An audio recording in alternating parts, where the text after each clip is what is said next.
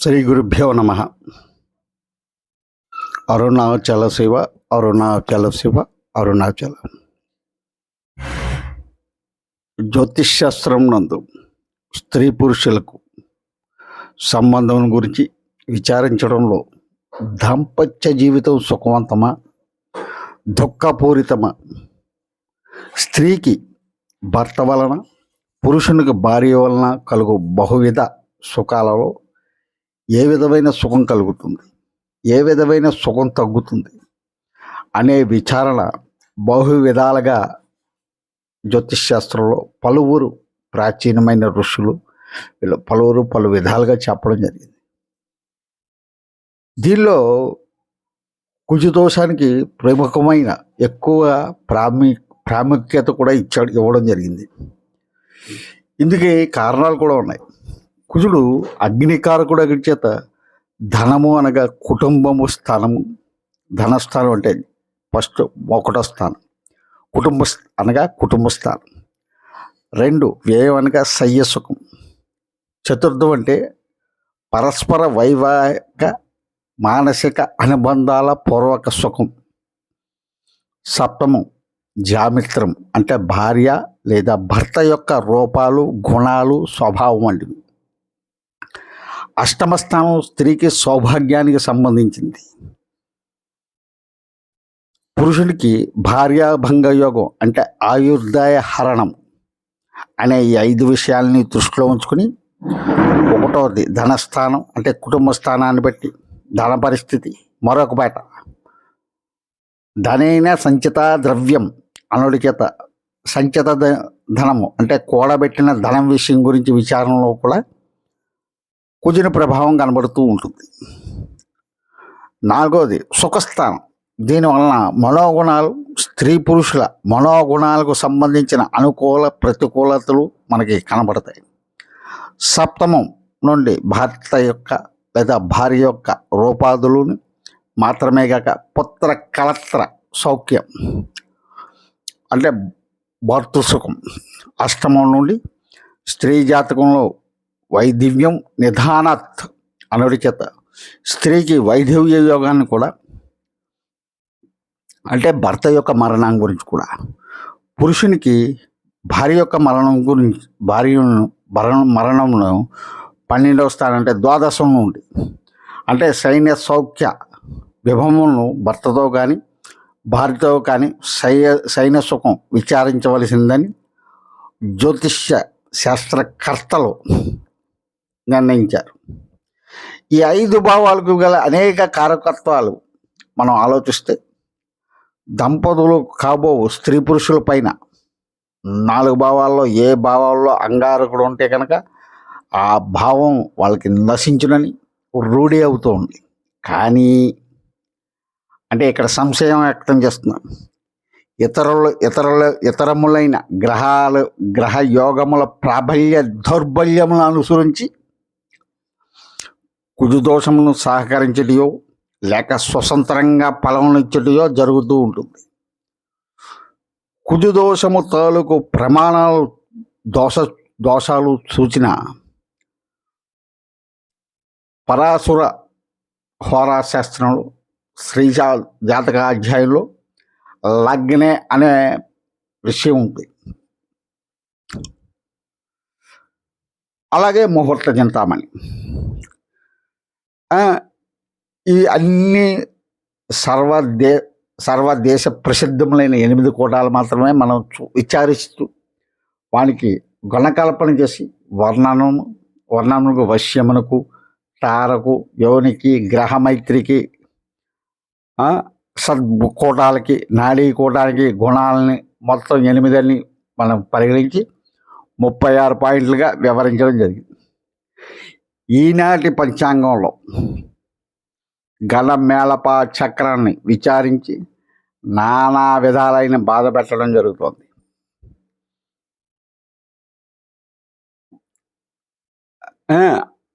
ఇక్కడ బ్రాహ్మణులకు గ్రహమైత్రి, క్షత్రియులకు గణకూటము, వైశ్యులకు రాశియోగము, శూద్రులకు యోనికూటము కుదరటం ముఖ్యమని గ్రహించాలి. అవి కుదరనిచో మిగిలినవి కుదిరిన ఉపకారము కాదంటూ విమర్శలు కూడా వస్తున్నాయి. నక్షత్ర కూడా విచారణ కూడా బహుజటిలమే కాక దోషాపవాద గణ గణపాదులతో కూడినదై ఉన్నది. ఈ విచారణ అంతా కూడా జన్మ నక్షత్రం లేదా నామ నక్షత్రం మీద ఆధారపడి ఉంటుంది. ఇప్పుడు స్త్రీ పురుష జాతకాల్లో విమర్శలో అనేక ఇతర దోషాలు ఉంటాయి. కుజ దోషం లేకుండా ఇతర దోషాలు ఉన్నప్పుడు కూడా దిక్కలత్ర యోగాదులు వైద్య యోగాలు సంభవిస్తూ ఉంటాయి. ఒక జాతకాన్ని పరిశీలించడంలో ఒక భావాన్ని, ఉదాహరణకి భర్త భావమే లేదా భార్య భావం, కలత్ర భావం గురించి మనం క్షుణ్ణంగా పరిశీలించాలి. ఈ క్షుణ్ణంగా పరిశీలించడం అంటే సామాన్యమైన భావ విచారణ వల్ల నిర్ణయించిన ఫలితములకు యోగజనిత ఫలములకు భేదములు కనిపించినచో యోగజనిత ఫలములనే మనం గ్రహించుకోవాలి. కాబట్టి ఈ విషయం ఎలా ఉంటే కనుక దృక్కోణ చక్రం లగ్నాధిపతి నుండి లగ్నం నుండి ఎవరు బలవంతులో గ్రహించి వారిని బట్టి అష్టమంలో ఉన్న పాపగ్రహాలు ఉంటే కనుక స్త్రీకి వైధవ్య ప్రాప్తి కలుగుతుందని, రావు ఒక్కడే ఉంటే కనుక ప్రసవానికి పూర్వమే వైధవ్యం పొందుతుందని, ఆ రాహువే పాప దృష్టితో అంటే జమినీ సిద్ధాంతరీత్యా జమినీ దృష్టితో కలవాడైనతో బాల్యమునందే అంటే ఇప్పుడు కాలమాన పరిస్థితుల ప్రకారం వివాహమైన స్వల్పకాలానికే వైధవ్యం ప్రాప్తిస్తుందని, అదే కుజుడు అష్టమంలో ఉంటే ఏక ప్రసవానంతరం వైధవ్యాన్ని చవిచూస్తుందని, శని భగవానుడు 2, 3 సంతానం 2 లేదా 3 సంతానం కలిగిన పిమ్మట వైధవ్యం వస్తుందని, శుక్రుడు పాపులతో బాగుగా యతి కలవాడైతే కనుక మధ్య వయసునందు, గురుడు పాపులతో యతి గలవాడై అష్టమంలో ఉంటే అంత్య వయసునందు, అష్టమంలో బుధుడు పాపులతో కలిస్తే కనుక ఆ రాశి దశా సమయమునందు వైధవ్యం పొందుతారని పలు గ్రంథాలు సూచిస్తున్నాయి. స్త్రీ పురుష జాతక సమ్మేళనం గురించి మనం ఆలోచించాలి. నిజానికి ఈ కుజుదోషం అన్నది ఒక మర్రి విత్తనంలాగా చాలా చిన్నది.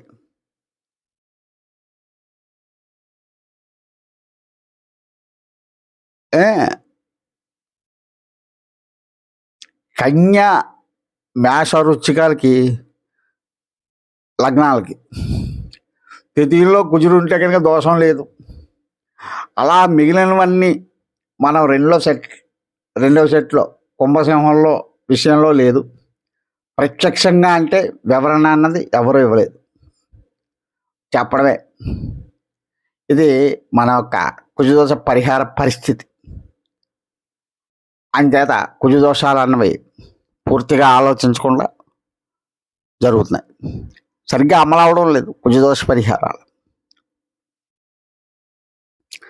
మిథున కన్యలకు ద్వితీయంలోను, మిథున కన్యలకే ద్వితీయం అయితే వానిలో అనాలా ఈ సందేహానికి ఈ జన్మకి నాకు తీరదు.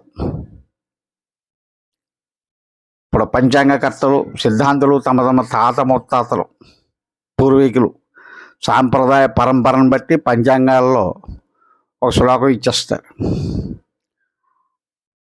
కుజదోషం అన్నది లగ్నాతో చూడడం న్యాయం, ధర్మం కూడా. జాతక పొంతన అందులోనూ జాతకునికి జన్మ లగ్నం నుండి లెక్క వేయడం మరీ న్యాయం. అది జాతకునికి ప్రత్యేకంగా చెందిన సమయం. కానీ మన వాళ్ళు చంద్రాత్తు శుక్రాత్తు కూడా చూడమని మరికొన్ని శ్లోకాలు ఉన్నాయి. దీన్ని చాలామంది అంగీకరిస్తున్నారు. ఈ అంగీకారం అంగీకారం కాని అన్నదాన్ని పక్కన పెడితే మేషలగ్నం ధనస్సుకు వ్యయం అవుతుంది. మేషలగ్నం ధనస్సుకు వ్యయం అయినప్పుడు ధనస్సు సప్తమం అష్టమం అయినా సరే మనం సప్తమైన కుంభం అష్టమైన అందులో ఉన్న కుజుని వలన దోషం ఏర్పడదు.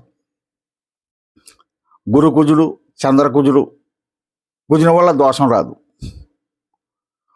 మేష కర్కాటక వృశ్చిక మకరాల్లో లగ్నాత్తు చతుర్థమం లేదా సప్తమం అయితే కనుక కుజదోషం లేదన్నారు. స్థాన పంచకం అంటే అనగా ధన వ్యయ పాతాల సప్తమ అష్టమ స్థానాల్లో వీటిలో కుజుడు గురువుతో కలిసినా బుధుడితో కలిసినా వీరు కుజుడిని చూసినా సరే కుజదోషం లేదని మనకి అంటూ ఉంటారు. ఇదే విషయం ఆలోచిస్తే స్థాన పంచకం అంటే కనుక చలరాశి అందులో కుజుడున్నా దోషం లేదు. స్థిర స్వభావ రాశులైతే భావాలైతే దోషమే. ఇందులో లగ్నం కూడా కలుపుకోవాలి. పంచమ స్థానంలో ఉన్న లగ్నంలో ఉన్న చంద్రుడు లేదా గురువు లేదా బుధుడితో కలిసిన చూడబడిన కుజుడు దోషకారి కాడు అని అంటాం. కుజస్థితి రాశ్యాధిపతి కేంద్ర కోణాల్లో కుజదోషం ఏర్పడదు. ఇది నవగ్రహ దర్శిని అనే పుస్తకంలో రాయడం జరిగింది. నవగ్రహ దర్శిని అనే పుస్తకంలో. ఇక వివరణలోకి వెళ్తే కనుక కుజుడు కర్కాటక లగ్న జాతకులుగా అసలు దోషం చేయడు. కర్కాటక రాశిలో పుడితే సంగతి ఏమిటి మరి? కుజు దోషం మాత్రం లగ్నాత్తు చంద్రాత్తు చూడాలట. పరిహారం మాత్రం చంద్రాత్తు చెప్పలేదు. దేని గురించి అంటే ఇక్కడ మనం అంటే ఈ కుజదోషం గురించి ఎలా మాట్లాడుతున్నాము అంటే కనుక కుజదోషం విషయంలో మనం చాలా జాగ్రత్తగా పరిశీలించాలి. అది అంచేతేనండి నేను ఏ జాతకం తీసుకున్నా సరే నేను ఒక 3 గంటలు పడుతుంది వివాహ మంత్రం చేయడానికి అని చెప్తా ఉంటాను. ఎందుకంటే కనుక ఇందులో కొన్ని మీమాంసలు కూడా ఉంటాయి. అది ప్రతి ఒక్కరు అర్థం చేసుకోవాలి. ఈ మధ్య నేను ఒకళ్ళకి వేయిలో కుజుడు ఉన్నాడండి, దోషకారకత్వం ఉందండి అని చెప్తే ఆయన ఎవరెవరో పెద్ద పెద్ద సిద్ధాంతులు కండబెండేరేలు అవి వేసుకున్నారు. వాళ్ళు జ్యోతిష్య రత్న బిరుదులు ఇచ్చేసారు, ఏవేవో అనుకున్నారు. సార్ నా అభిప్రాయం నేను చెప్పాను, తర్వాత మీ అభిప్రాయం ప్రకారం మీరు ప్రొసీడ్ అవ్వండి. అంతేగాని నన్నే నమ్మని అంటలేదు. మీ అభిప్రాయం, మీ వ్యక్తిగతమైన అభిప్రాయం ప్రకారం మీరు ఫాలో అవ్వండి అంటే అంటారు. మీరు మా శ్రేయోభిలాషులు అవుతే కనుక నేను ఏ విధంగా చెప్తున్నాను, ఎంత వాస్తవమైన పరిస్థితులు ఏంటో అన్నది మీకు తెలియజేయడం జరుగుతుంది. మీరు వాస్తవమైన పరిస్థితులు మీకు అవసరం లేదు కాబట్టి మీకు ఏంటంటే ఖాళీ దాకా తెలీదు, ఒళ్ళు ఖాళీ దాకా తెలీదు.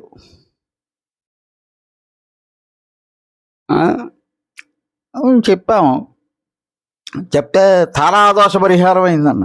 తారాదోష పరిహారం ఏమిటి? తారాదోష పరిహారం ఇప్పుడు తారాదోష పరిహారం అయింది, ఇంకో దోష పరిహారం అయింది.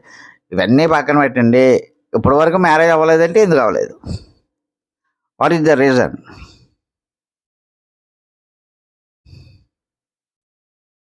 ఎవరైనా సమాధానం చెప్తారా? చెప్పరు. గ్రహస్థితి అంతేనండి, గ్రహస్థితి బాగోలేదండి, ఇంకా అవ్వలేదండి అంటారు.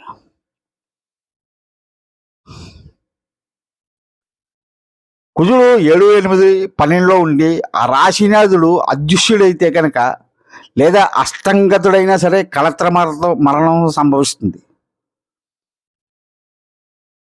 అదే 2, 4, 1, 5లో ఆ సంగతి వివరించలేదు. కొన్నిట్లో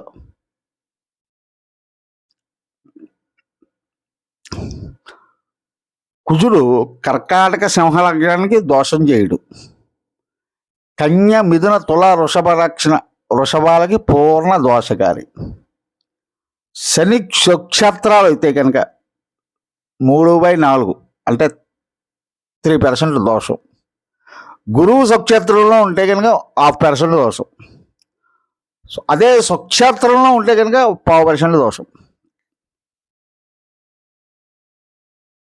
అసలు ఏంటంటే ఇక్కడ ఇక్కడ మనం తమాషాగా ఆలోచించవలసింది ఏమిటంటే, నక్షత్రాల్లో కానీ ఉచ్చస్థితిలో కానీ ఉన్న గ్రహం అసలే దోషం చెయ్యడని ఒకరంటే, అందులో నక్షత్రంలో ఉన్న కుజుడు పాదదోషం చేస్తాడు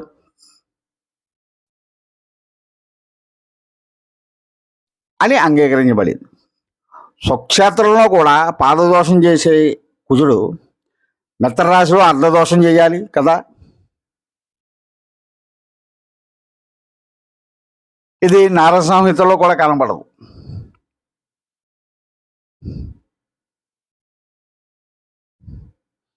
అంటే నారద సంహితలో చెప్పవచ్చున్నా.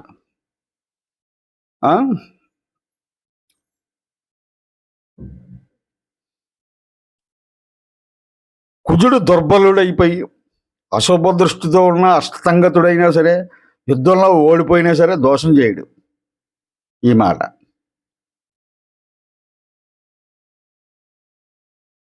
ఏంటంటే, అసలు అవతల వారి జాతకంలో కుజుడు సమాన పాపి. అటువంటి చోట్ల ఉంటే కనుక జాతకుడు గుణాలు చాలా ఎక్కువగా ఉంటే కుజదోషం ఉండదు. గుణాలు ఎక్కువగా ఉంటాయి. మేషలగ్నంలోను, వ్యయమున ధనస్సులోను, చతుర్థంలోను, వృశ్చికంలోను, మకరంలోను, సప్తమం అయినప్పుడు కర్కాటకం, అష్టమం అయినప్పుడు అందులో ఉన్న సూచన కుజున వలన దోషం రాదు. ఇది దేవా కేరళలో ఉంది, భిన్నంగా ఉంది. కుజుడు గురువుతో కలిసిన, కుజచంద్రుడు కలిసిన చంద్రుడి కేంద్రంలో ఉన్న కుజదోషం తగలదు అంటారు. చంద్ర శుక్రులు 2లో ఉన్న, గురువు చూస్తున్న, చంద్రుడి కేంద్రంలో ఉన్న, కుజరాహువులు కలిసి ఉన్న కుజదోషం లేదు. అంటే కుజునికి గురుచంద్రులు కలిసినా మంచిదే, రాహు కలిసినా మంచిదే. ఇది ఎవరికీ లొంగని పరిహారం. ఇక బృహత్ దైవజ్ఞ రంజనంలో కొంచెం స్పష్టంగా ఉంది. అవతల వారి జాతకంలో స్థాన పంచకంలో కానీ, పంచకంలో శని కానీ, కుజుడు కానీ, అట్టి పాపి కానీ ఉంటే కుజదోషం పోగొడతాడు. బల సౌమ్యము ఉంటే దాంపత్యం క్షేమంగా ఉంటుంది.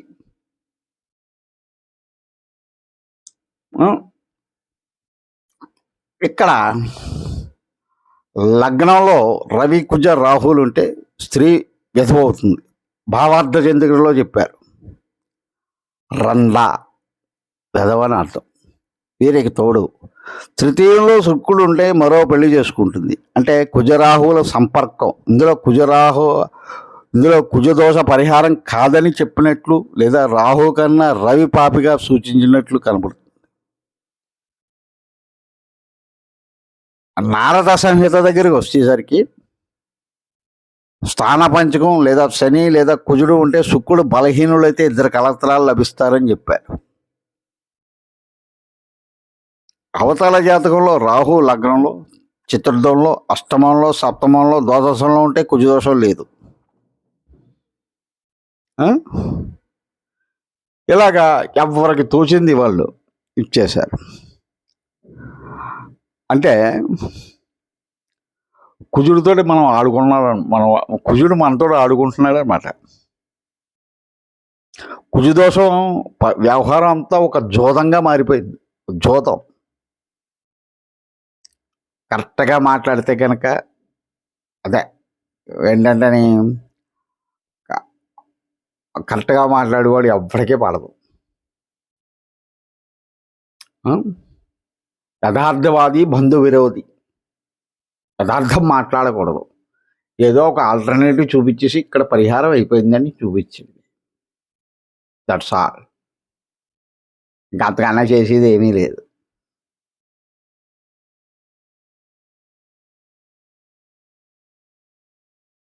ఈ కుజదోషం గురించి నేను చాలా బుక్స్ చదివి చదివి చదివి బుర్రపడిపోయింది, పిచ్చెక్కిపోయింది నాకు. అంత అలాగే ఇదయింది. ఇది ఆత్మవంచన చేసుకోలేక ఈ విషయాలు చెప్తున్నాను. ఆత్మవంచన చేసుకోలేక ఈ విషయాలు బయట పెడుతున్నాను. ఏమిటంటే కనుక జాతకం రాసేవాడైనా రాయించుకునే జాతకం రాసేవాడు చాలా దూరదృష్టితో ఆలోచించి రాయాలి. అదే విధానంలో నేను రాశాను. నేను చెప్తున్నాను, రాస్తున్నాను.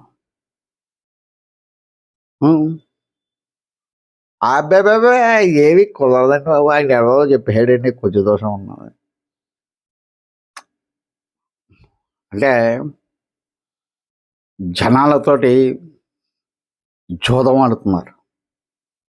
జనాలతో జూదం ఆడుతున్నారు అంటే మీరు ఆడుతున్నారేమోనండి అంటారు.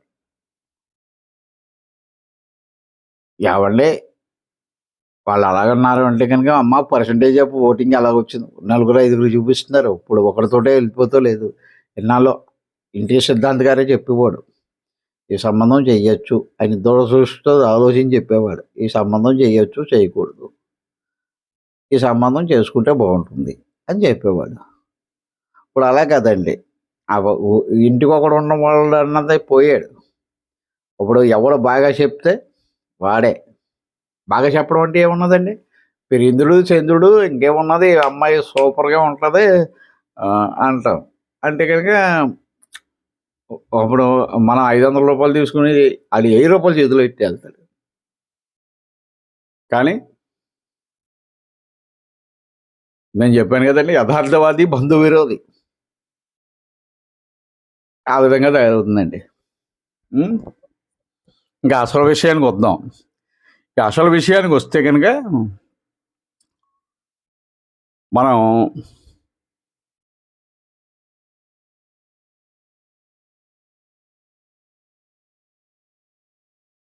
ఈ కుజదోషం అన్నది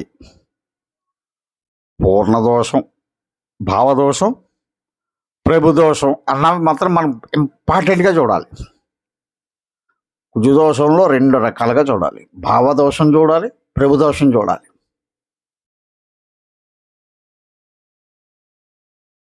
ఇది ఎవడ మాట్లాడడం. భావదోషం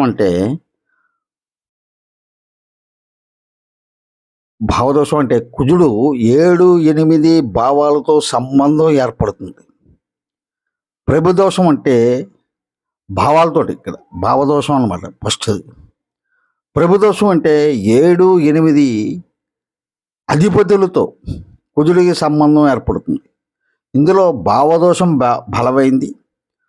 ప్రభుదోషం భావదోషంలో సగం మాత్రమే వెలువగలది, అయినా బాధించడంలో తక్కువేం చూపించదు. 2 ఒకే రకంగా చూపిస్తాయి. కుజదోషం వల్ల వియోగము, మరణము, కలహాలు, వివాహ ఆలస్యాలు కూడా జరుగుతాయి. ఏ దోషం ఏ పరిహారం వల్ల నశింపదు, కేవలం దోషం యొక్క సౌమ్యం వల్ల మాత్రమే ఇది నశిస్తుంది. తూకంలో ఒక బరువు లాంటిది వేస్తే కనుక అదే సమానమైన బరువు వేస్తే కనుక సరిపోతుంది, లేకపోతే గుంజుతూనే ఉంటుంది మనల్ని.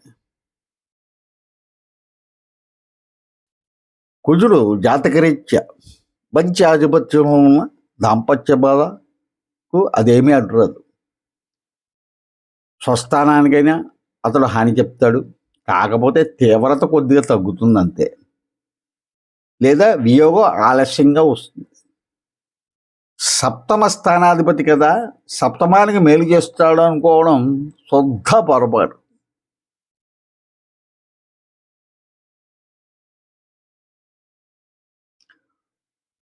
ప్రాచీనులు మన మహర్షులు కూడా పరిహారాల్లో కూడా సుక్షేత్రం మంచిదని చెప్పిన వారు చాలా తక్కువ మందే కనబడతారు.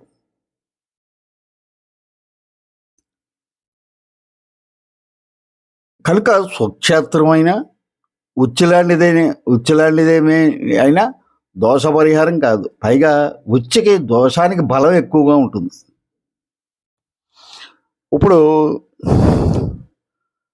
కుజుడు 7, 8 భావాలలో అంటే భావ మాధ్యమంలో ఉన్న వాటిని చూసినా సరే కుజు దోషం. ఖచ్చితమైన భావసంధి అయితే మాత్రం దోషం ఉండదు. కానీ మధ్యలో దర్పణ గ్రహం ఉంటే మాత్రం భావసంధిలో ఉన్న కుజునికి భావ మాధ్యమంలో అంచెల వారీగా సంబంధం ఏర్పడుతుంది. ఈ పరిస్థితి సప్తమ అష్టమ మధ్యన చూపబడే లగ్న ద్వితీయ భావాల్లో కుజుడుంటే బాగా చూడాలి. దర్పణం లేకపోతే మాత్రం భావ మధ్యంతో సంబంధం లేకపోతే 7, 8లో ఉన్న కుజుదోషం రాదు.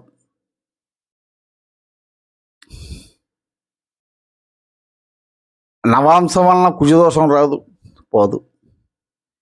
ఇది వాస్తవానికి జాతకం కాదు. గ్రహాలు తామున్న రాశుల్లో ఏ భాగాల్లో ఉన్నాయో అన్నదానికోసమే నవాంశని ఎక్కువగా వినియోగిస్తారు. అయితే నవాంశ గ్రహాలు ఒక పద్ధతిగా రాశి చక్రంలోగా వస్తాయి. ఈ విషయాన్ని కూడా మీరు గమనించాలి. కుజుదోషం రాశి నుంచి కాకుండా రాశి నుంచి మాత్రమే చూడాలి. రాశి నుంచి కాక భావం నుంచి మాత్రమే చూడాలి. స్థితి, వీక్షణం, సంయోగం అన్ని భావాత్తు అంటే లగ్న భావాత్తు చూడాలి. రాసులు వేరైనా ఒకటే అయినా సరే కావలసిందల్లా భాగాల రీత్యా దగ్గరగా ఉన్నదా లేదా అన్నది. రాసులు గోడల అడ్డంగా ఉన్నా లెక్కలేదు.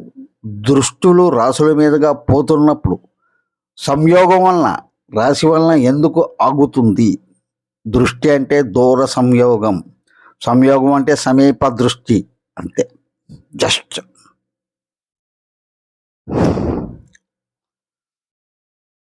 దర్పణం ఉండడం, భావసంధి, గ్రహానికి తామున్న చోటు, తన రాశి, తన నక్షత్రం లేదా ఈ రెండిట్లో ఏదో ఒక భావానికి అధిపతిమైన వానితో సంబంధం ఉంటే భావసంధిలో గ్రహం 50% పైన ఫలితం ఇస్తుంది.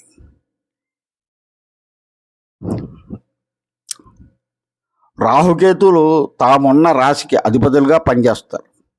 కనుక ఆ రాశికి సోకిన దృష్టి కూడా, ఆ రాశిలో ఉన్న ఇతర గ్రహ సంబంధం కూడా రాహుకేతువులు దూరంగా ఉన్నప్పటికీ కూడా 50% ఫలితాన్ని ఇస్తుంది. ప్రభుదోషం ఈ విషయం గురించి హోరారత్నమాలలో మన ప్రాచీన గ్రంథం ఒకటే మనకు సాంప్రదాయక సూచన ఇచ్చింది. కోణం తప్ప మిగిలిన స్థానాల్లో 7, 8 అంటే సప్తమ అష్టమ పతులతో కుజుడు కలిసిన కుజుదోషం తప్పదు.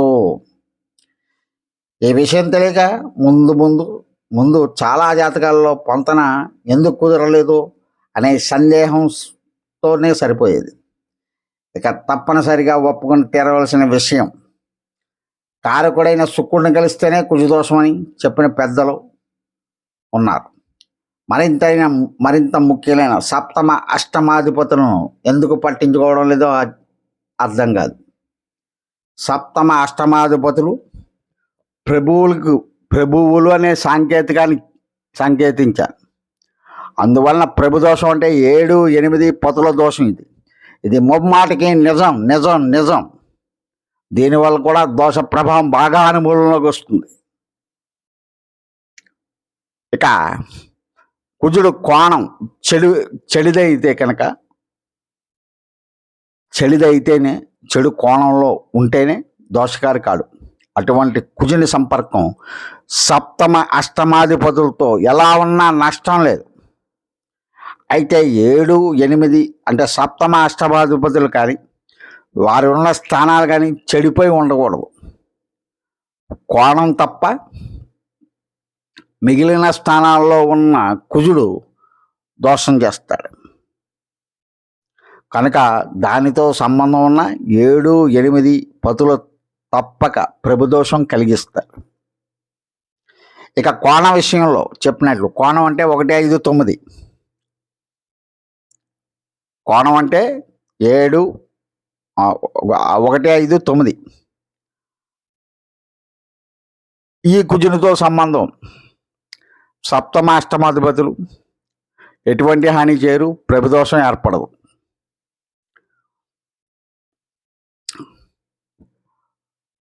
ఇప్పుడు ఏంటంటే కుజదోషం అన్నది ఎలా చూసుకోవాలి ఏమిటి అన్నది సబ్జెక్ట్ ఎక్కువ, కానీ కొన్ని నేను తీసేస్తున్నాను చెప్పలేంగా.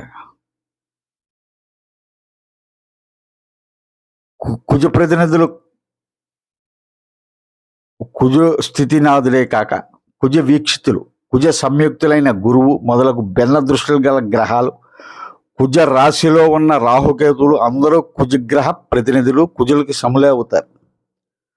కుజ ప్రతినిధులు కనుక వీరు కుజుడు మంచివాడైతే కోణంలో ఉంటేనే వీరు కూడా అతని మంచినే మనకు అందిస్తారని ఆశించడం ఒక భ్రమ మాత్రమే. కుజుడు ఎలా ఉన్నా కుజ ప్రతినిధులు కుజ సములు స్వతంత్రంగా వ్యవహరిస్తారు. గుణమైన దోషమైన అంతే. మిగిలిన కుజ సములందరికీ కుజ స్థితేశుడు, కుజ రాశి, రాహుకేతులు, కుజ సంయుక్తుడు చాలా ప్రబలు.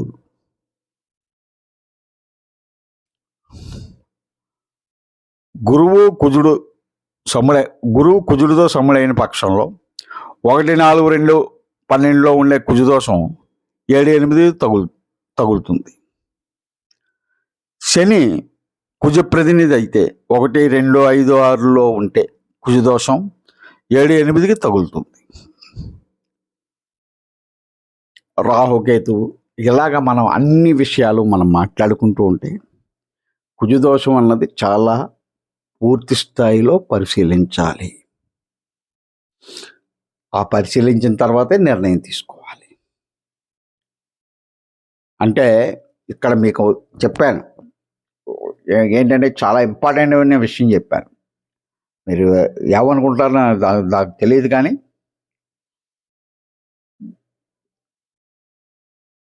దోషాలు, ప్రభుదోషం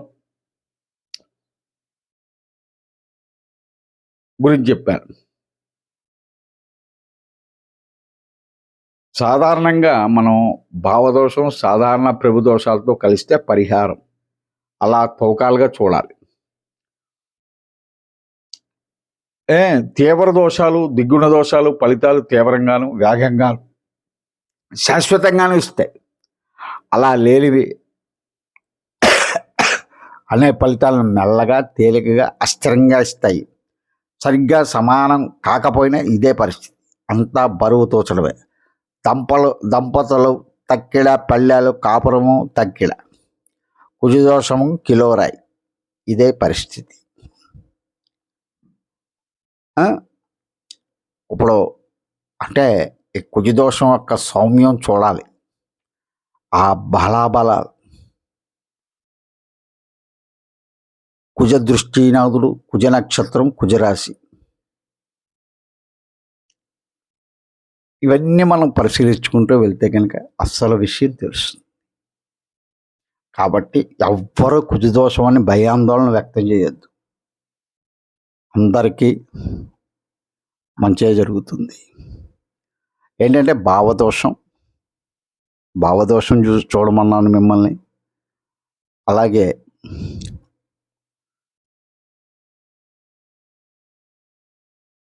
మనం భావదోషం ఇవన్నీ చూసుకుంటూ వెళ్తే కనుక మనకి చాలా వరకు భావదోషం, ప్రభుదోషం ఈ రెండు ఇంపార్టెంట్గా భావించండి అని తెలియజేసుకుంటూ, అంటే ఇంకా చాలా చెప్పాలి దాని గురించి. చెప్పాలంటేనే అలా ఎపిసోడ్లు అలా జరుగుతూనే ఉంటుంది. కాబట్టి షార్ట్కట్లో చెప్పాను. ఇప్పటికే 35 నిమిషాల దగ్గర నుంచి మిమ్మల్ని నేను తినేస్తున్నాను. దయచేసి అన్యదా భావించద్దు, సౌహృదయంతో అర్థం చేసుకుంటారని ఆశిస్తున్నాను. మన ఛానల్ని ఒక లైక్ చేయండి, అదేవిధంగా సబ్స్క్రైబ్ చేసుకోండి. మరిన్ని విషయాలతో కూడిన వీడియోలు వస్తూ ఉంటాయి. ఆదరించి అభిమానిస్తున్న ప్రతి ఒక్కరికి కూడా నా హృదయపూర్వక నమస్కారాలు తెలియజేసుకుంటూ సెలవు తీసుకుంటున్నాను. సర్వే జనా సుఖినో భవంతు, లోక సమస్త సుఖినో భవంతు. అరుణాచల శివ, అరుణాచల శివ, అరుణాచల.